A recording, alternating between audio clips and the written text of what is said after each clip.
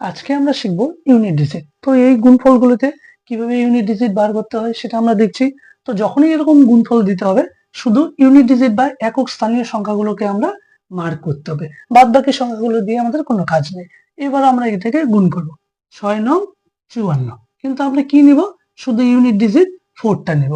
এবার 4 × 7 = 28, কিন্তু আমরা ইউনিট ডিজিট কি নিব, 8টা নিব। 3 × 8 = 24, কিন্তু ইউনিট ডিজিট কত, 4। তাহলে এটার অ্যান্সারটা কত, 4।